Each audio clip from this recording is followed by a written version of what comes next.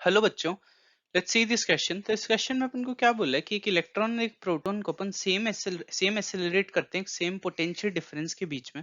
तो इन दोनों की डी ब्रोगली वेवलेंथ में जो इलेक्ट्रॉन की डी ब्रोगली वेवलेंथ होगी वो ज्यादा होगी। और उसका रीजन बताया कि जो डी ब्रोगली वेवलेंथ एसोसिएटेड होती है किसी भी मूविंग पार्टिकल्स के साथ वो होती है lambda is equals to h by p. P होता है लीनियर मोमेंटम और दोनों की काइनेटिक एनर्जी है वो सेम है। तो ये क्वेश्चन करने में जो की कॉन्सेप्ट यूज होगा वो हो जाएगा डी ब्रोगली वेवलेंथ। तो डी ब्रोगली वेवलेंथ क्या होती है? डी ब्रोगली वेवलेंथ होती है lambda is equals to h upon p.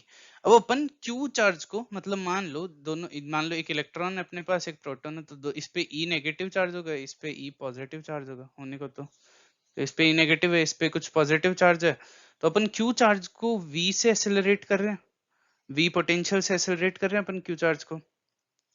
तो दोनों की जो काइनेटिक एनर्जी होगी वो तो सेम ही होगी, क्योंकि ये क्यू वी होगा वही दोनों की हाफ एम वी स्क्वायर में कन्वर्ट होगा।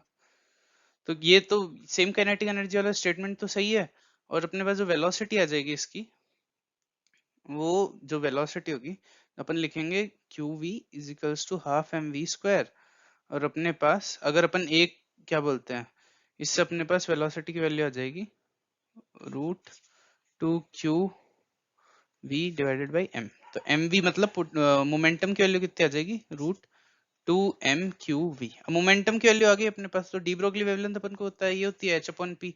तो लेमडा की वैल्यू आ जाएगी h upon p, momentum two m q v. तो वोल्टेज सेम है, एच सेम है, चार्ज सेम है, टू सेम है। तो लेमडा इनवर्सली प्रोपोर्शनल हो गया मास के। तो जिसका मास कम होगा उसकी डी ब्रोगली वेवलेंथ ज्यादा होगी। तो मास कम किसका होता है?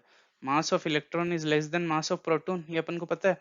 तो जो अपना असर्शन है कि जो वेवलेंथ की डी जो इलेक्ट्रॉन की डी ब्रोगली वेवलेंथ है वो ज्यादा होगी, वो करेक्ट हो जाएगा।